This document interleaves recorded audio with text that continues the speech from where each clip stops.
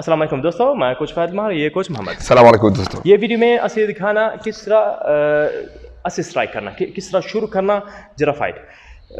पिछले वीडियो सारा दिखाया किस तरह डिफेंस करना, किस तरह कोई आके मारना, क्या करे है। ये वीडियो में जैसे मैं देखा कोई उन्हें शुरू करना ये फाइट क्या किस तरह मैं शुरू करेगा। अच्छा, ये मैं समझा उसके बारे में उन्हें टाइट किया।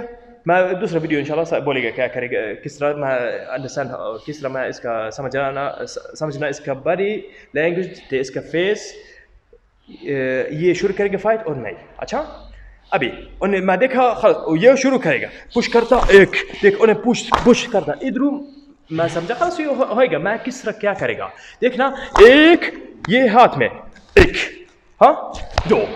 अच्छा, हो सकता है दो शक्ल में, मुमकिन इधर ये वो, हाँ एक दो। अच्छा, यानी यहाँ से मारना इधर और यहाँ से एक दो।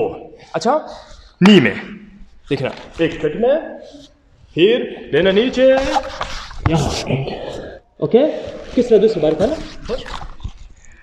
देखना जिस तरह तू करता। अच्छा, यहाँ से एक दो। अच्छा, देखना ये हाथ, ये दूसरा हाथ इधर, ये किया इस यहाँ से एक।